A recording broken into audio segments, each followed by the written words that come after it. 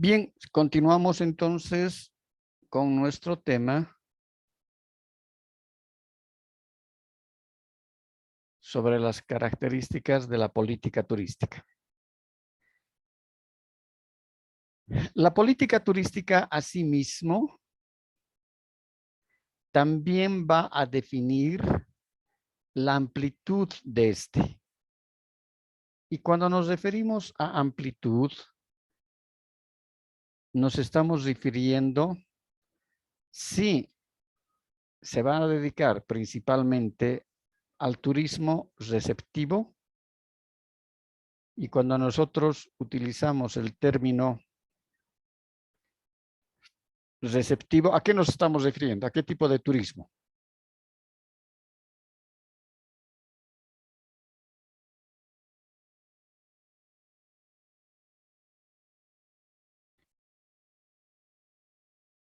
Cuando vemos turismo receptivo, nos estamos refiriendo a qué tipo de turismo. ¿Perdón? Al turismo internacional. Exactamente. Exactamente. Es el turismo internacional. Y el otro, en este caso, es el turismo nacional. Lo conveniente, y eso siempre recomiendan los especialistas, planificadores turísticos, de que se debe empezar desarrollando actividades turísticas con la demanda nacional. Porque así nos van a permitir identificar nuestras deficiencias y poderlas enmendar. Para que una vez enmendadas esas deficiencias, ¿no?, ya se pueda apuntar y desarrollar el turismo receptivo. No nos olvidemos de que el turista extranjero es mucho más exigente que el turista local o nacional. ¿Por qué? Porque el turista extranjero se está trasladando de su lugar de residencia, que es fuera de la jurisdicción nacional. Por ahí se decide de que se va a dar mayor priorización. Primero se trabaja la demanda nacional, turismo nacional, y luego la demanda internacional, y dentro de la demanda internacional a la demanda europea, por ejemplo.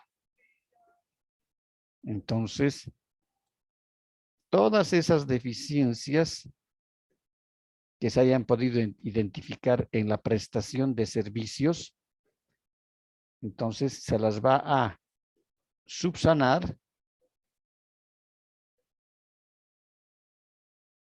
para cuando ya se quiera hacer una oferta, desarrollar la oferta y el mercadeo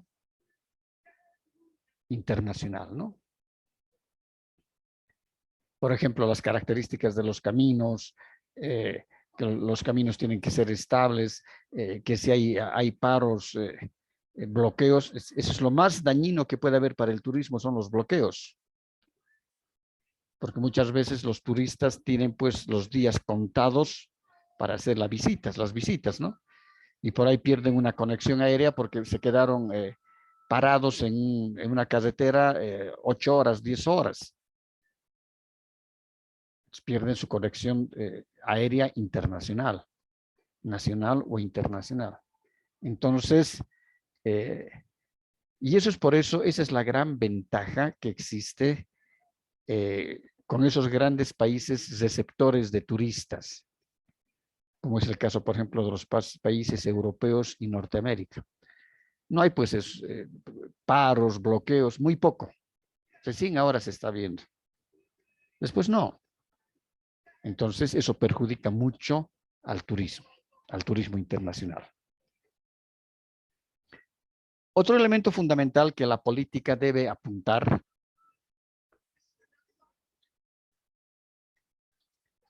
es a desarrollar los destinos turísticos en aquellos sectores que sean denominados deprimidos. Es decir, si hay aquí una opción de atractivos turísticos,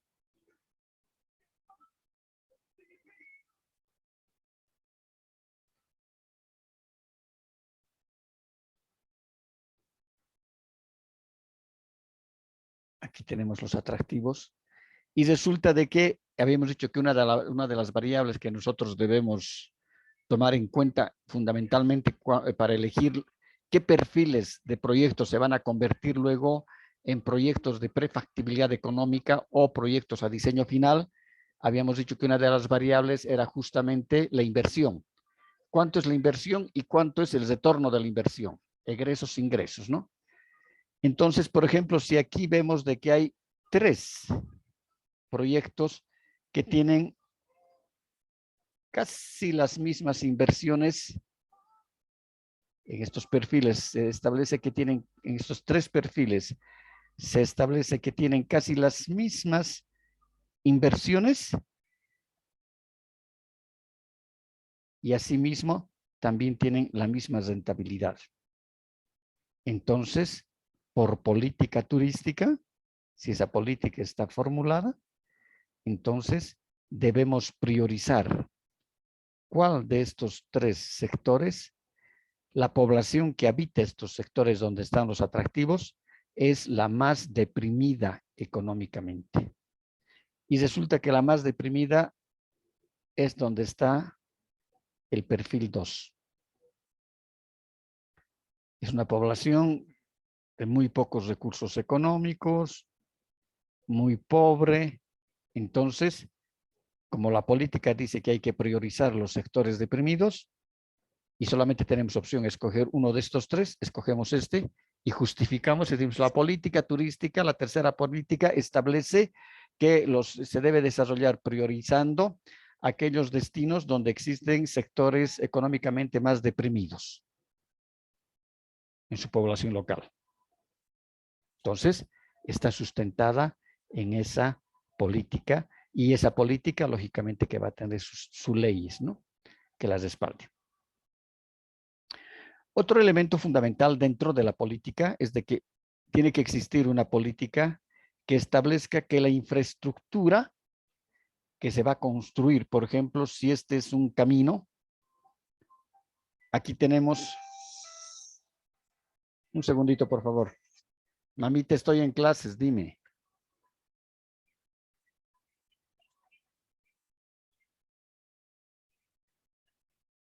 Ya, le digo que los recoge. Ya, espérate. Ya le digo.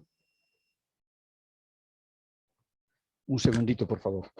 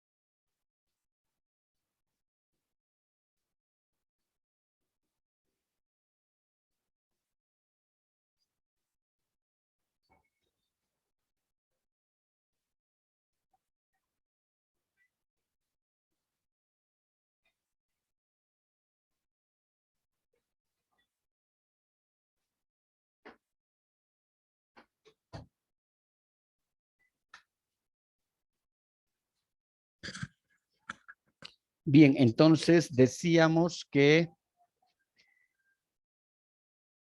si nosotros tenemos acá estos mismos atractivos y en este atractivo que tiene las mismas características también de inversión y de retorno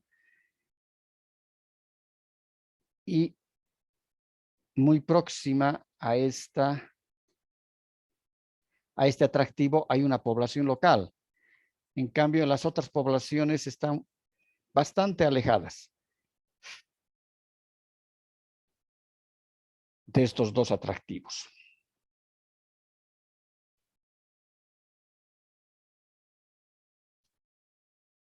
Estamos viendo a estos atractivos. A estos tres atractivos. Y resulta de que necesitamos caminos. Necesitamos un camino. Vamos a poner otro color, este azul no se ve.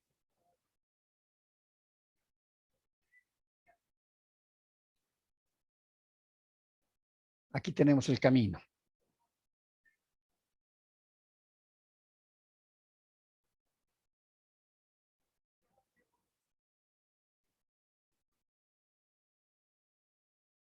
Entonces va a tener priorización, de acuerdo a esta política, de que la infraestructura, en este caso la infraestructura caminera y de servicios, tiene que ser para la población y para turistas. Porque cerca de este atractivo ahí está pasando el camino. Y tal vez aquí solamente necesita 1 kilómetro para extender el camino hacia el atractivo. En cambio, el camino en relación aquí tenemos 10 kilómetros. Y aquí si había que hacer otro camino, son 15 kilómetros. Entonces, ¿qué es lo que sucede? Se prioriza la inversión que se va a hacer para este tramito de camino para llegar al atractivo, porque acá hay una población. Entonces, no se va a beneficiar solamente con ese trazo, ese pedazo de camino, el turismo para llegar al atractivo, sino que también se va a beneficiar la población local.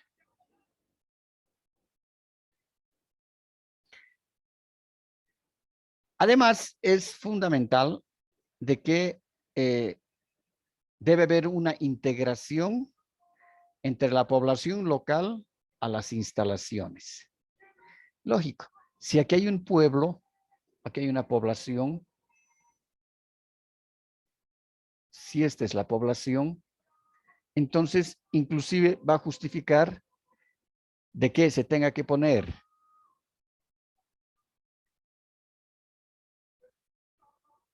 agua.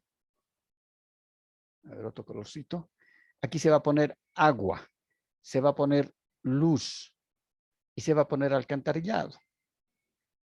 Entonces, para el atractivo, las acometidas van a ser cortas. ¿Por qué? Porque la luz, el agua y el alcantarillado van a ser usados también por la población local. Se va a beneficiar la población local y no es solamente el turismo. Entonces, se hace una doble justificación de que con las instalaciones básicas se va a beneficiar el turismo y las poblaciones locales. Por eso que esos son elementos fundamentales que tienen que estar especificados en las políticas.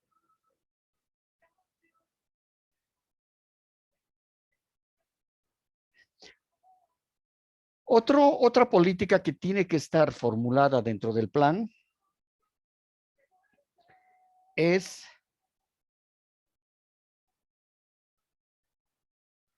el tipo de turismo que se va a desarrollar. Es decir, va a ser turismo de naturaleza, va a ser turismo cultural, va a ser turismo de playa o puede ser mixto, pero la política tiene que establecer qué tipo de turismo se va a desarrollar en este destino. Ahora, ese tipo de turismo, la información para escoger cuál de estos, pongamos de que aquí también aquí existiera población local. Aquí hay población local. Y además tenemos también el camino. Ya están en ventaja estos dos destinos, ¿no? Ahora, el plan va a tener que determinar qué tipo de turismo se va a desarrollar. Esa información, ¿de dónde se la obtiene? ¿Quién da esa información? El tipo de turismo. Turismo naturaleza, turismo de cultura, etc. ¿Quién da esa información para que luego se convierta en una política.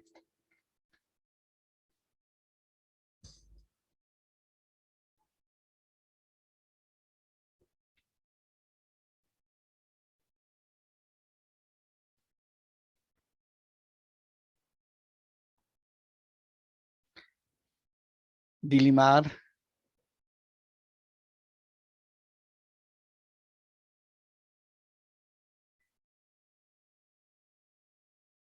Alejandro.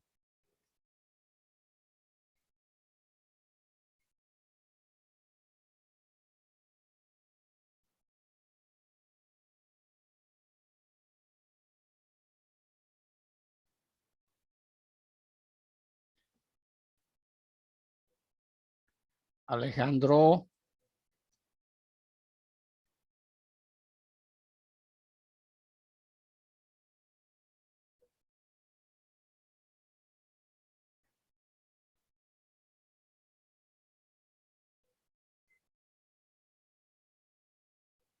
Brian.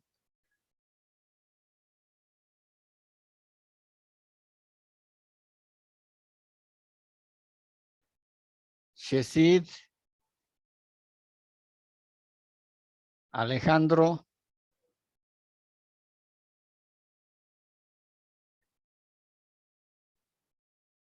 ¿No hay ninguno?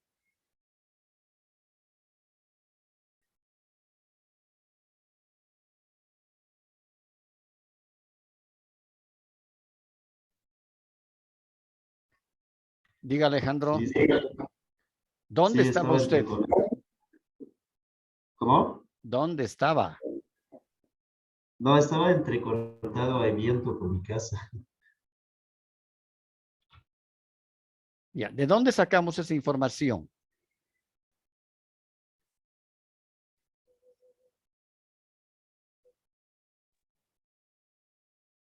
Estamos acá.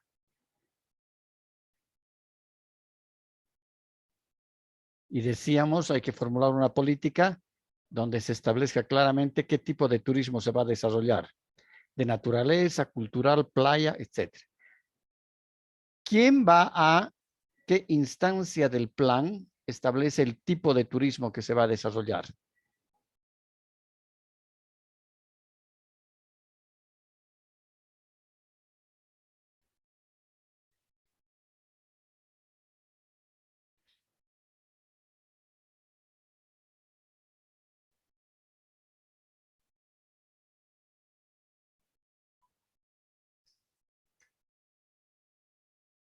¿Quién puede responder?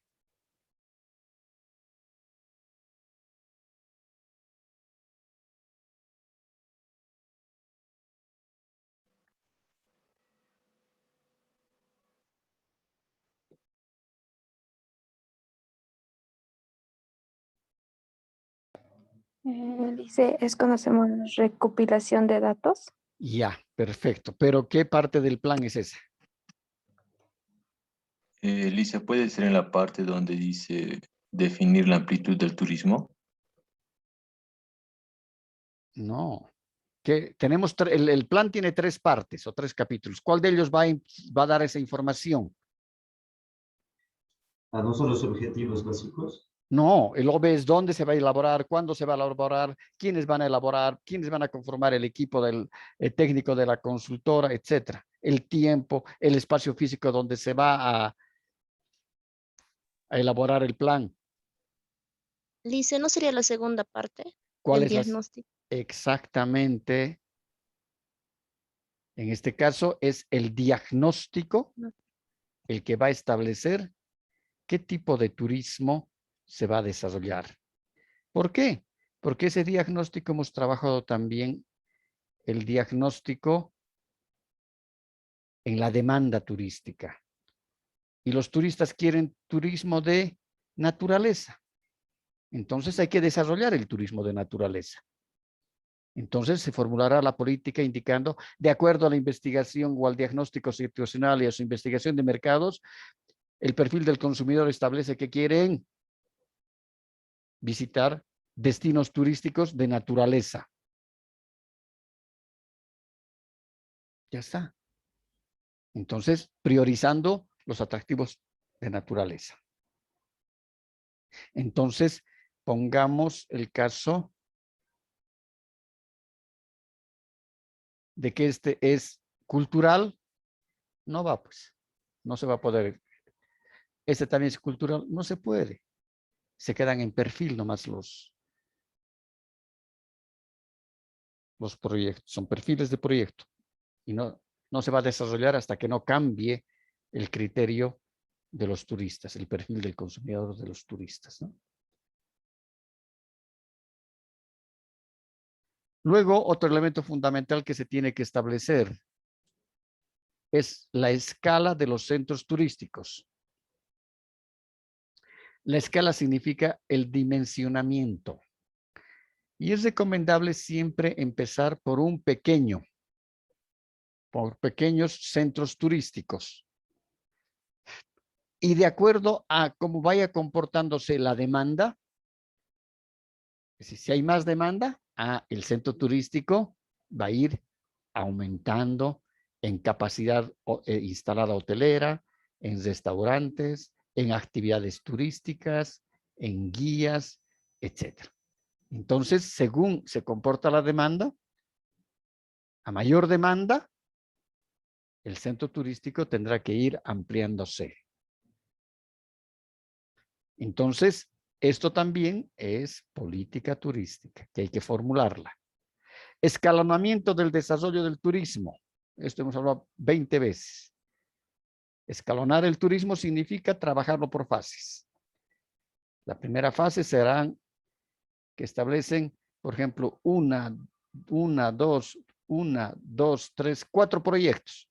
Entonces, la primera fase se van a ejecutar esos 4 proyectos en 5 años.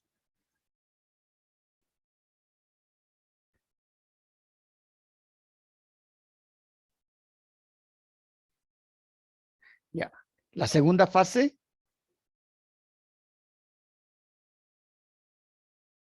va a establecer 6 proyectos en los otros 5 años siguientes, porque el plan va a tener una duración de 10 años.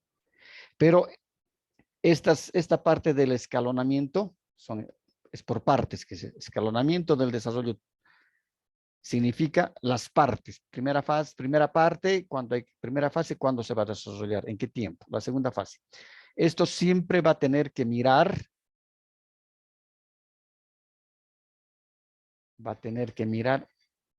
a la demanda. Dentro del diagnóstico tenemos a la demanda, el comportamiento de la demanda. Por eso hemos dicho de que periódicamente, eso significa por lo menos cada 2 años, se tiene que volver a hacer la investigación de mercado de la demanda del diagnóstico, volverla a actualizar, levantar otra vez las encuestas, preguntar para conocer siempre el perfil de ese consumidor turista.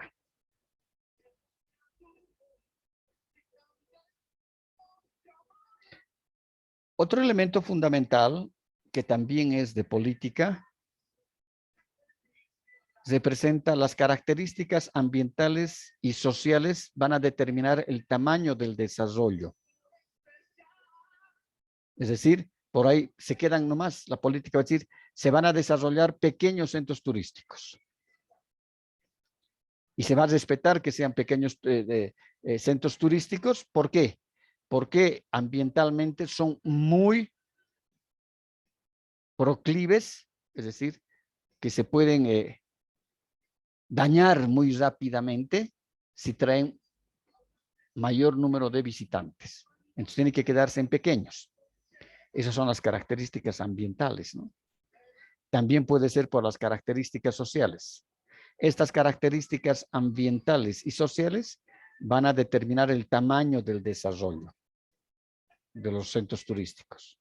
Eso significa los ecosistemas, la fragilidad de esos espacios físicos, la predisposición de la población a dedicarse a trabajar en el turismo y ver todo el tiempo gente extraña en su pueblo y que vayan a ver sus culturas, su tradición, sus vestigios arqueológicos, lo que sea.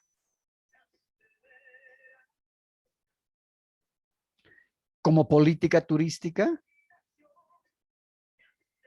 también hay que establecer el tipo de empresas que invertirán, es decir, empresas extranjeras, empresas nacionales. Por ahí se decide si se permite que las empresas extranjeras puedan traer su capital, pero en un 40%. El capital extranjero solamente va a ser el 40% para esas instalaciones turísticas. 40% puede ser capital extranjero. Y el 60%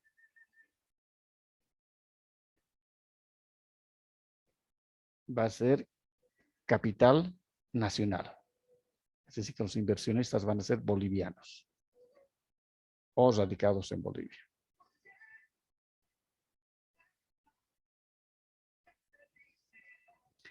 La participación en las inversiones. Es decir, tiene que ser una política, como es el caso ahora en Bolivia desde hace 10 años, y todo el turismo y los proyectos, porque no hay planes en Bolivia todavía de turismo, no les interesa elaborar planes, y algunos proyectos siempre se han ido desarrollando bajo la denominación de turismo comunitario. ¿Ustedes ya han llevado esa asignatura o no?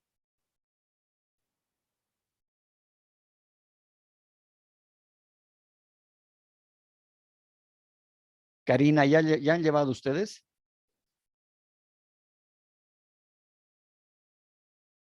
Karina. En Lice estamos en eso. ¿Están llevando ahora turismo comunitario? Sí, algo por ahí, pero todavía no hemos entrado a profundidad. Ya, pero ¿hasta qué parte ya han llevado? Ya estamos en medio semestre. ¿Hasta qué parte han llevado? Lice, yo estoy llevando lo que es turismo rural y comunitario. Ya. ¿Y hasta dónde han llegado? Estamos bueno, por ahora estamos realizando lo que son proyectos turísticos de turismo comunitario por sectores, bueno, por departamentos. Ya. ¿Y qué están? Estamos elaborando como un trabajo para final de semestre. Ya. Ahora, ¿qué elementos están tomando en cuenta dentro de las características? ¿Qué características teóricas tiene el turismo comunitario?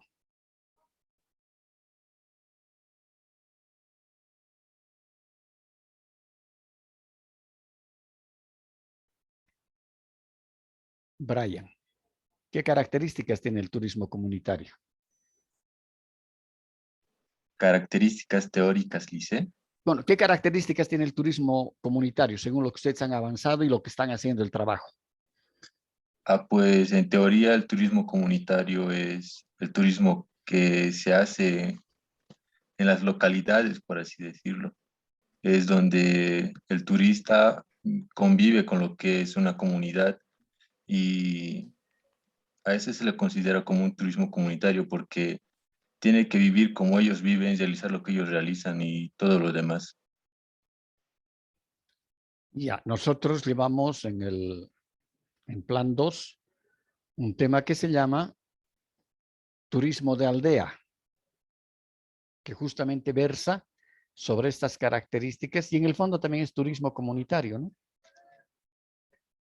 Es decir, en la participación de las inversiones, en Bolivia hemos visto, y especialmente en la zona andina, de que se ha logrado de que exista, por ejemplo, si se va a construir un hotel rural.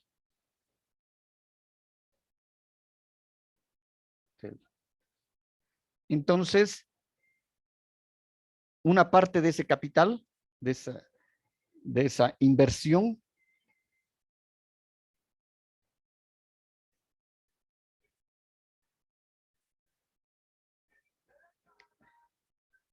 no quiere borrar ahora. Una parte de No quiere borrar. Ya, una parte de ese capital pone la empresa privada. La empresa privada.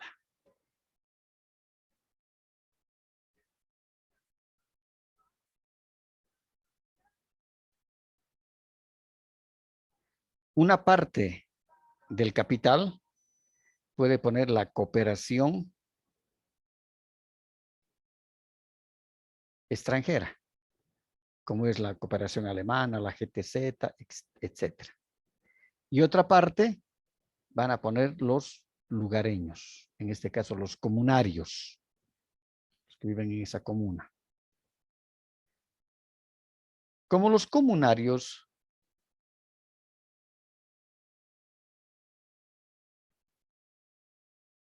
son personas que viven al día, viven de su producción agrícola, lo que se puede hacer, por ejemplo, con ellos, y se ha hecho algunas veces, hay un programa que se llama, o se llamaba, no sé si ahora seguirá en Bolivia, y se llama PMA, es Programa Mundial de Alimentos. Entonces, si se quiere hacer un proyecto con estas características, por ejemplo, el proyecto tiene que concebir si se requieren adobes, porque es en el altiplano, y la construcción del hotel va a ser con adobe. Ya, se necesitan 20,000 adobes.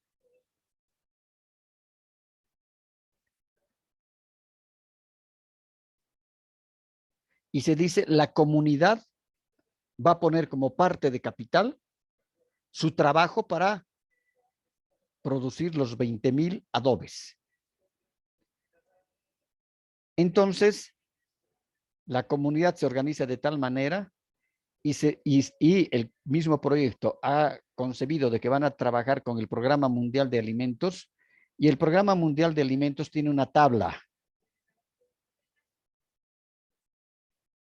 Unas tablas así, que les dan porción de alimentos secos por jornal.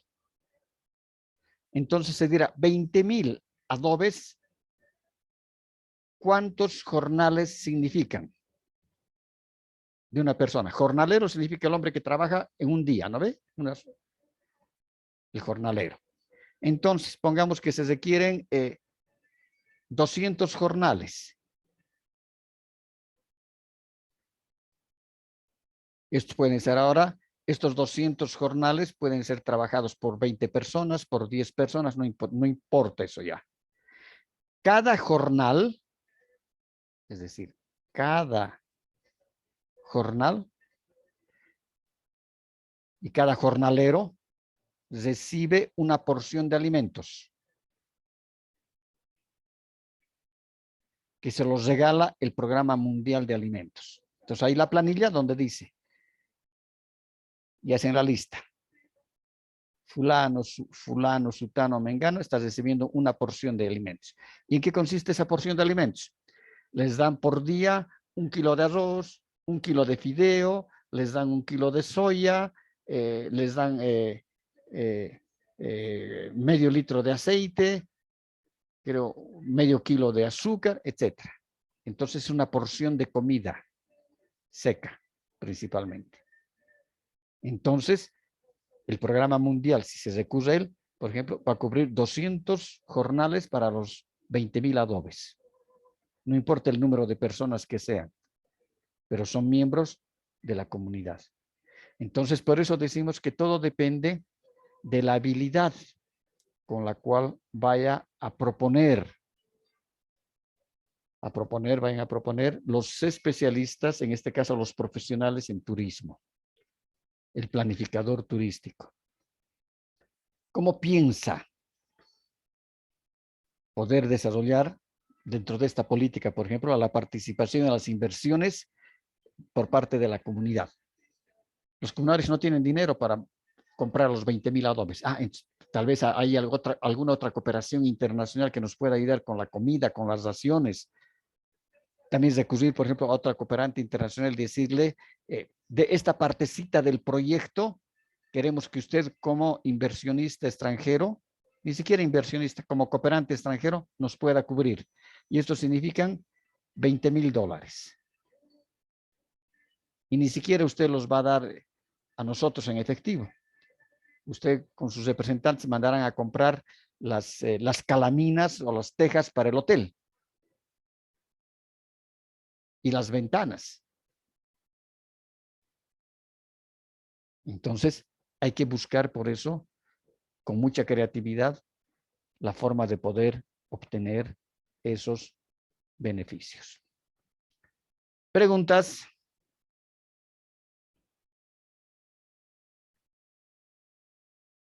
Bien, ahí quedamos entonces.